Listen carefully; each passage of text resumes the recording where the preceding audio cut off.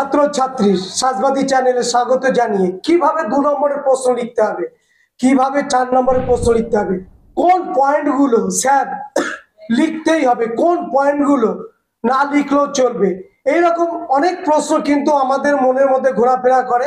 লেখার সময় বুঝতে পারি না যে এই পয়েন্টটা ছাড়লে ভালো হবে না, এই পয়েন্টটা যোগ করে দেবো, বা আমি পয়েন্ট মনে রেখেছি 8টা পয়েন্ট, 4 নম্বরের জন্য আমি কটা লিখবো, এরকম অজস্র প্রশ্ন আমাদের সবার মনের মধ্যে কিন্তু দানা বাঁধে।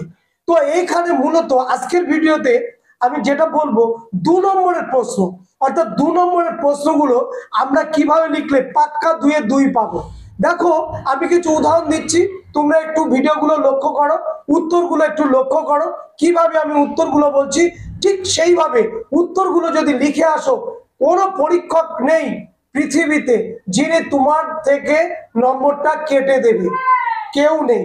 ধরো শ্রীরামপুর মিশন বা শ্রীরামপুর ত্রয়ী বিখ্যাত কেন, এই প্রশ্ন রইল, শ্রীরামপুর ত্রয়ী বিখ্যাত কেন, কি লিখবো? ফার্স্ট লিখবো শ্রীরামপুর ত্রয়ী কাদের বলা হয়? জোশুয়া মার্সম্যান, উইলিয়াম ওয়ার্ড এবং উইলিয়াম কেরি, তিনজনকে শ্রীরামপুর ত্রয়ী বলা হয়। তারপরে লাইনে লিখবো এরা কারা? এরা হচ্ছে ব্যাপটিস্ট মিশনারি সংস্থার 3 জন প্রচারক বা পাদ্রী, ভারতবর্ষে এসেছিল খ্রিস্ট ধর্ম প্রচার করতে। এরপর লিখবো কেন তারা বিখ্যাত, যেহেতু 2 নম্বরের জন্য আমি আর কথা বাড়াবো না। এবার লিখবো কেন তারা বিখ্যাত। এই কারণে তারা বিখ্যাত, প্রথমত শ্রীরামপুরে তারা একটা কলেজ প্রতিষ্ঠা করেছিল, শ্রীরামপুরে তারা একটা ছাপাখানা প্রতিষ্ঠা করেছিল, শ্রীরামপুর থেকে প্রথম স্কুল বুক সোসাইটির সমস্ত বই এইখান থেকে ছাপা হতো, যা শিক্ষার প্রসার ঘটিয়েছিল। শ্রীরামপুর মিশন এবং প্রেস থেকে 26টি ভাষায় বাইবেলের অনুবাদ প্রকাশ হতে হয়েছিল। শ্রীরামপুর ব্যাপটিস্ট মিশনারির দ্বারা বাংলার বিভিন্ন জায়গায় শিক্ষার বিস্তার ঘটেছিল। এছাড়া আর লাস্টে একটা লাইন লিখবো, শ্রীরামপুর থেকেই প্রথম এই জোশুয়া মার্সম্যানের নেতৃত্বে 2টি পত্রিকা প্রকাশ হয়, সাপ্তাহিক পত্রিকা এবং দৈনিক পত্রিকা, সমাচার দর্পণ এবং দিগদর্শন, যার একই সাল 1818 এবং যার প্রকাশক ছিল, যার নেতৃত্বে এটা প্রকাশ হতো, তার নাম হচ্ছে জোশুয়া মার্সম্যান বা জে মার্সম্যান। ঠিক একদম পারফেক্ট। এইভাবে উত্তরটা তোমাকে কিন্তু লিখে আসতে হবে। যদি এইভাবে উত্তরটা লিখে আসো তাহলে কিন্তু কমপ্লিট উত্তর পাবে। দেখো ডেভিড হেয়ার কেন স্মরণীয়, কি লিখবো স্যার? ডেভিড হেয়ারের জন্য আবার কি কি রসদ আছে সেটা আমি লিখবো। প্রথমত ডেভিড হেয়ার কে? ডেভিড হেয়ার হলেন একজন ভারত হিতৈষী। হিতৈষী কথার অর্থ বন্ধু বা ভারত প্রেমিক। কেন বিখ্যাত? তিনি মূলত এসেছিলেন ঘড়ি বিক্রেতা হিসাবে এই ভারতবর্ষে। তিনি প্রথম এখানে পুস্তক প্রকাশনার ক্ষেত্রে এবং ভগ্নপ্রায় স্কুলগুলোকে মেরামত বা সংস্কার করার উদ্দেশ্যে তিনি স্কুল বুক সোসাইটি প্রতিষ্ঠা করেছিলেন 1817 সালে। এবং শুধু তাই নয়, বাংলার শিক্ষার বিস্তারের জন্য শ্রীরামপুর মিশন থেকে তিনি সমস্ত রকম বইপত্র এখানে এনে স্বল্প মূল্যে বা বিনা পয়সায় তিনি ছাত্রদের মধ্যে তুলে দিতেন। এই কারণে এই ভারত প্রেমী বিখ্যাত ব্যক্তি হয়ে গিয়েছিলেন ডেভিড হেয়ার। ঠিক এইভাবে লিখতে হবে। নব্যবঙ্গদের ব্যর্থতা বল, নব্যবঙ্গীয়দের ব্যর্থতা, দারুণ প্রশ্ন, 2 নম্বরের জন্য আসতেই পারে। কি লিখবো স্যার? নব্যবঙ্গ কাদের বলে?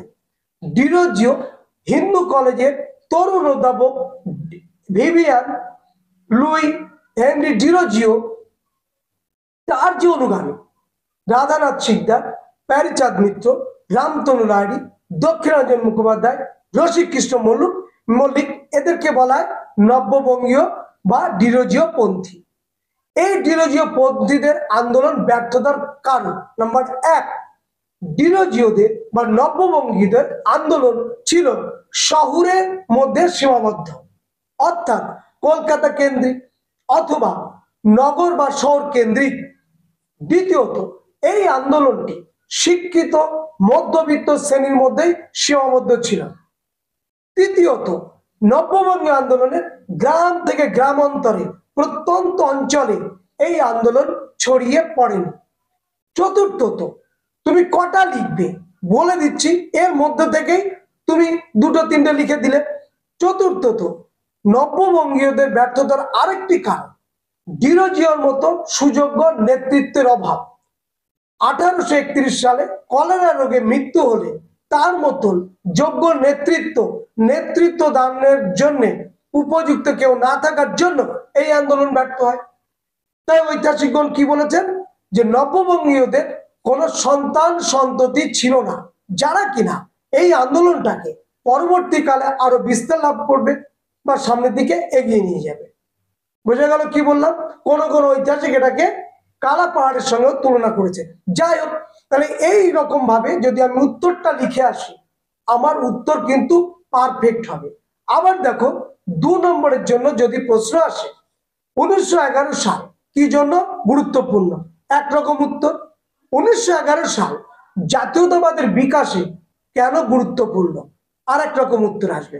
প্রথমে বলি 1911 সাল কি জন্য গুরুত্বপূর্ণ।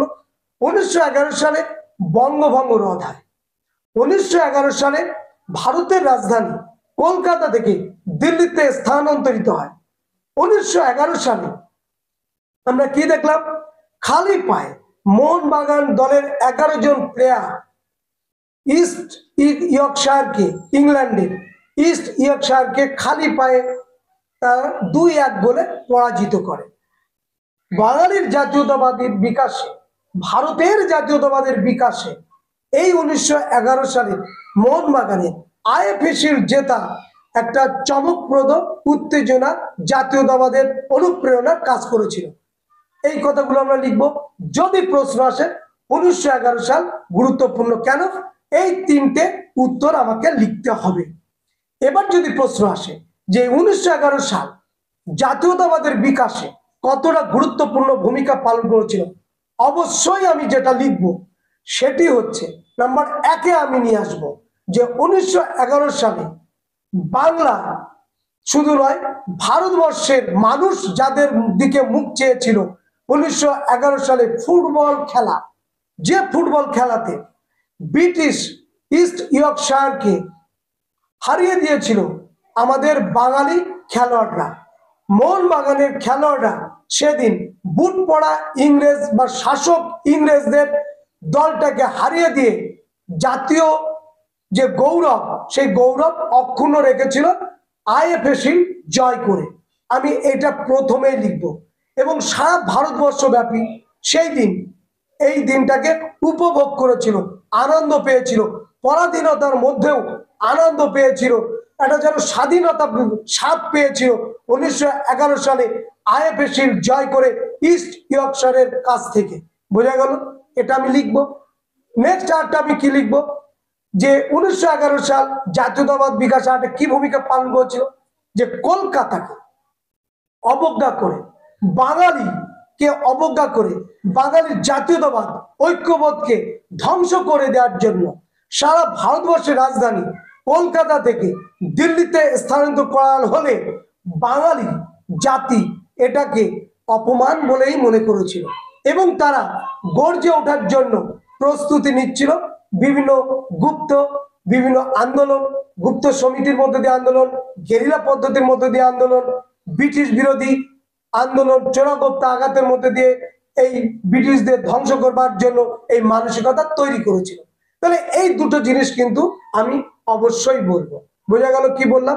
দেখো, এইভাবে উত্তরগুলো যদি আমরা লিখি একের পর এক, আমাদের কিন্তু কোনো জায়গায় কেউ কখনো কলম ছুঁয়ে আমার নম্বর থেকে কাটতে পারবে না, হাফ নম্বরও কাটতে পারবে না। ঠিক এইভাবে কিন্তু উত্তরগুলো লিখে আসবে। আমি আরো কিছু বলছি। মনে করো মার্ক্সবাদী ইতিহাস চর্চা বলতে কি বোঝো? প্রথম অধ্যায়ের প্রশ্ন, মার্ক্সবাদী ইতিহাস চর্চা বলতে কি বোঝো? তাহলে প্রথমেই বলবো, 9-এ পড়ে এসেছিলে তোমরা, বৈজ্ঞানিক সমাজতন্ত্রবাদের জনককে? Karl Marx. মার্ক্সবাদের প্রবর্তক এই কার্ল মার্ক্স। তিনি কি বলেছিলেন? শ্রেণীর শত্রু চিহ্নিত করতে হবে, এবং শ্রেণী সূত্র চিহ্নিত করে পুঁজিপতিদের হাত থেকে ক্ষমতা কেড়ে নিয়ে সর্বহারা শ্রেণীর মধ্যে ক্ষমতা বিস্তার করতে হবে এবং তারা সেই সেই শোষিত শ্রেণী, সর্বহারা শ্রেণী তারাই ক্ষমতায় আসবে। যেটা কিনা স্বামী বিবেকানন্দ তিনি দারুণ বলেছিলেন যে ভারতবর্ষে একদিন শূদ্রদের মধ্য থেকেই জাগরিত হবে এবং এই শূদ্র জাগরণ ঘটলে ভারতবর্ষের আর এক বিপ্লবের তরঙ্গ তৈরি হবে। তাহলে বিবেকানন্দ কিন্তু সেই শূদ্র জাগরণের কথা বলেছেন। সেই শূদ্র জাগরণের মধ্যে কারা ছিল শূদ্র? বেকার, শ্রমিক, সাধারণ মানুষ, চাষি, কৃষক, শিক্ষিত মানুষ, মুচি, মেথর, ডোম, কাহার, কৈবর্ত, মুসলিম, জোলা, ব্যাপারী, সমস্ত শ্রেণী মানুষ। এই শ্রেণী মানুষগুলো থেকেই নতুন ভারতবর্ষ গড়ে উঠবে এই শূদ্র জাগরণের মধ্য দিয়ে। ঠিক তেমনি এই কার্ল মার্কস তিনি কি বললেন, যারা শোষিত হচ্ছে দীর্ঘদিন ধরে, শ্রমিক শ্রেণী বা কৃষক শ্রেণী শোষিত হচ্ছে বা সাধারণ মানুষ শোষিত হচ্ছে, সেটা ধনীদের দ্বারা হতে পারে, সেটা সমাজপতিদের দ্বারা হতে পারে, সেটি মালিক পক্ষতে হতে পারে, সেটা রাষ্ট্রযন্ত্র দ্বারাও হতে পারে। এদের হাত থেকে ক্ষমতা কেড়ে নিয়ে এই শ্রেণী, শোষিত শ্রেণীরা এরাই একটা সময় ক্ষমতায় আসবে। এই যে মতবাদ, এই মতবাদটা মার্ক্সবাদী মতবাদ, বৈজ্ঞানিক সমাজতন্ত্রবাদের জনক কার্ল মার্কস এই মতবাদের তারা পুরোধা। তাহলে এই কথাগুলো আমরা লিখবো এবং ভারতবর্ষে শুধু নয় সারা পৃথিবীতে এই মতবাদের যারা ধারক বাহক, হবসবম, রজনীপাম দত্ত প্রমুখ উল্লেখযোগ্য গবেষক বৃন্দ বা ঐতিহাসিক বৃন্দ লিখে আসবো। তাহলে এইভাবে যদি আমি 2 নম্বরের উত্তরগুলো লিখি তাহলে আমার কাছ থেকে কে কেড়ে নেবে নম্বরটা। এরপরে দেখো প্রথম অধ্যায়ের কিছু প্রশ্ন আমি বলে দিচ্ছি, যে প্রশ্নগুলো 4 নম্বরের জন্য এবছর খুব গুরুত্বপূর্ণ। তার মধ্যে অন্যতম গুরুত্বপূর্ণ যে চিঠিগুলো জওয়াহরলাল নেহরু লিখেছিলেন তার কন্যা ইন্দিরাকে, সেখানে আমি কোন পয়েন্ট করব? প্রথম একটা ভূমিকা লিখব। ভূমিকা লেখার পরে আমি লিখব এই চিঠির উদ্দেশ্যটা কি। জওয়াহরলাল নেহরু তার কন্যা ইন্দিরাকে কেন এই চিঠিগুলো লিখলেন? জওয়াহরলাল নেহরু যখন ইন্দিরাকে চিঠি লিখছেন, কটা চিঠি লিখেছিল তোমরা জানো? 30টা। তখন ইন্দিরার বয়স কত? মাত্র সেই সময় 10 বছর, তোমরা জানো। তো সেই 10 বছরের মেয়ের কাছে চিঠি লিখছেন জওয়াহরলাল নেহরু, কেন? উদ্দেশ্যটা কি? সেই উদ্দেশ্যটা আমি একটা বলে পয়েন্ট করব। করার পরে যে বিষয়গুলো আমি আবার পয়েন্ট আকারে রাখবো, আমার মতে সভ্যতা বলে একটা পয়েন্ট হবে, জাতি বর্ণ বৈষম্য বলে একটা পয়েন্ট হবে, ধর্ম সম্বন্ধে একটা পয়েন্ট হবে, অর্থনৈতিক দুর্দশা বলে একটা পয়েন্ট হবে, আন্তর্জাতিকতা বোধ বলে একটা পয়েন্ট হবে এবং লাস্টে একটা উপসংহার হবে। করলে কিন্তু জওয়াহরলাল নেহরু যে চিঠিগুলো লিখেছিলেন ইতিহাসের উপাদান হিসাবে এই চিঠিগুলোর গুরুত্ব কি তার উত্তরটা একদম পারফেক্ট উত্তর হবে। কি কি বললাম? প্রথমে একটা ভূমিকা লিখবো, তারপরে চিঠির উদ্দেশ্যটা লিখবো, তারপরে লিখবো জাতীয়তাবোধ, আন্তর্জাতিকতা বোধ, অর্থনৈতিক বৈষম্য, বর্ণ বৈষম্য, জাতীয় বর্ণ বৈষম্য, ধর্ম সম্বন্ধে এবং সভ্যতা সম্পর্কে। এই পয়েন্টগুলো আমি কিন্তু সুন্দর করে গুছিয়ে লিখে আসবো। আমার মতে এই পয়েন্টগুলো লিখলে আর কোনো নম্বর কাটার জায়গা নেই, 4-এ 4 আসবে, কোনো অসুবিধা নেই।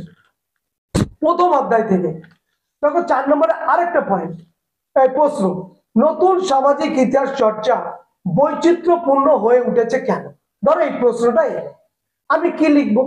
নতুন সামাজিক ইতিহাস চর্চার মূল বিষয় তোমরা জানো যে এটা একটা বর্তমান বিশ্বে খুব আলোচিত বিষয়, যে এতদিন আমরা রাজ মহারাজাদের গল্প বা কাহিনীগুলো শুনে এসেছি, তাদের সমস্ত কার্যাবলী আমরা জেনে এসেছি, কিন্তু এই প্রথম আমরা দেখলাম যে ভারতবর্ষে শুধু না সারা পৃথিবীতে, ফ্রান্সে, আমেরিকাতে, ইংল্যান্ডে, ভারতবর্ষে এই ধারার গবেষক বৃন্দদের আমরা দেখতে পাচ্ছি। কোন ধারার? যারা কিনা বলছে না সাধারণ মানুষের কথা থাকবে, কৃষক শ্রেণীর কথা থাকবে, একদম তৃণমূল স্তর থেকে যত মানুষ আছে অর্থাৎ নিচ থেকে উপর তলা পর্যন্ত সবার ইতিহাস থাকবে, এটাই বৈচিত্র্যপূর্ণ। রাজা মহারাজাদের কাহিনী আমরা উপর থেকে আগে নিচ অব্দি জানতাম, এই ধারার গবেষকরা বলছেন না, নিচ থেকে উপর পর্যন্ত আমরা জানবো, শুধু উপরটুকু জানবো না, নিচ থেকে উপর পর্যন্ত যাব, এটা লিখতে হবে।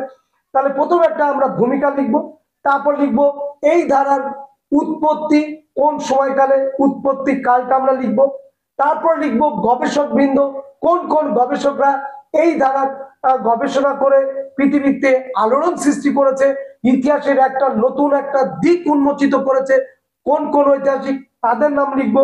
তারপর লিখবো বৈশিষ্ট্য, মধ্যে দিয়ে যে পয়েন্টগুলো সাধারণ মানুষের ওপর গুরুত্ব লাভ, নিচ থেকে উপর পর্যন্ত ইতিহাসের ওপর দৃষ্টিপাত, সংশোধনবাদ, ইতিহাস চর্চার বৈচিত্র্য, এবং লাস্ট একটা পয়েন্ট লিখবো এই ধারার গবেষক বৃত্ত। তাহলে এইগুলো কিন্তু আমরা লিখবো এবং লাস্টে উপসংহার লিখবো। তাহলে উৎপত্তিকাল যেখানে আমরা জানি যেটা হচ্ছে প্রথমে ইউরোপে ছিল, আমেরিকাতে 1960 থেকে 70 দশকে, এইগুলো কিন্তু থাকবে। দেখো নেক্সট আরেকটা প্রথম অধ্যায় থেকেই বলি, প্রথম অধ্যায় থেকে জীবনের ঝরাপাতার গুরুত্ব লিখো। কি লিখবো? প্রথম একটা ভূমিকা লিখবো, জীবনের ঝরাপাতা এর কি ধরনের গ্রন্থ, ওই ভূমিকার মধ্যেই থাকবে আত্মজীবনীমূলক গ্রন্থ, কাল লেখা তোমরা জানো, সরলা দেবী চৌধুরানী। তারপরে প্রকাশকাল লিখবে, নেক্সট পয়েন্ট লিখবে, প্রথমে একটা ভূমিকা, তারপর লিখবে প্রকাশকাল, তারপর লিখবে ঠাকুর বাড়ির ইতিহাস, ঠাকুর বাড়ির অন্দর মহলে কিছু ঘটনা তুলে ধরে এই পয়েন্টটা তুলে ধরবে। তারপর লিখবে ইংরেজদের অত্যাচার, এই বলে একটা পয়েন্ট হবে। তারপর আসবে বৈপ্লবিক কর্মকাণ্ড, তারপরে পয়েন্ট আসবে যুবকদের মধ্যে জাতীয়তাবাদের অনুপ্রেরণা, তারপরে আসবে রবীন্দ্রনাথ ও বিবেকানন্দের মধ্যে যে যোগসূত্র, সেটা বলে একটা পয়েন্ট আসবে এইখানে, এই জীবনের ঝরাপাতাতে, এবং লাস্টে আসবে স্বদেশী আন্দোলন, এবং সবশেষে আসবে একটা কি উপসংহার।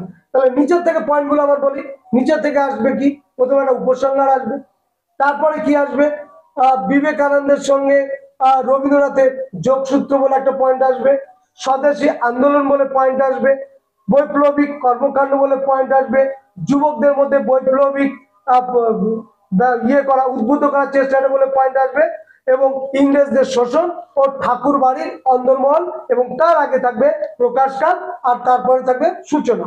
তাহলে এইভাবে তুমি যদি পয়েন্ট আকারে সুন্দর করে লিখে রাখো, তাহলে কে কাটবে বলো নম্বরটা? নম্বর কাটতে গেলে তো তার একটা কারণ থাকবে, তাই না?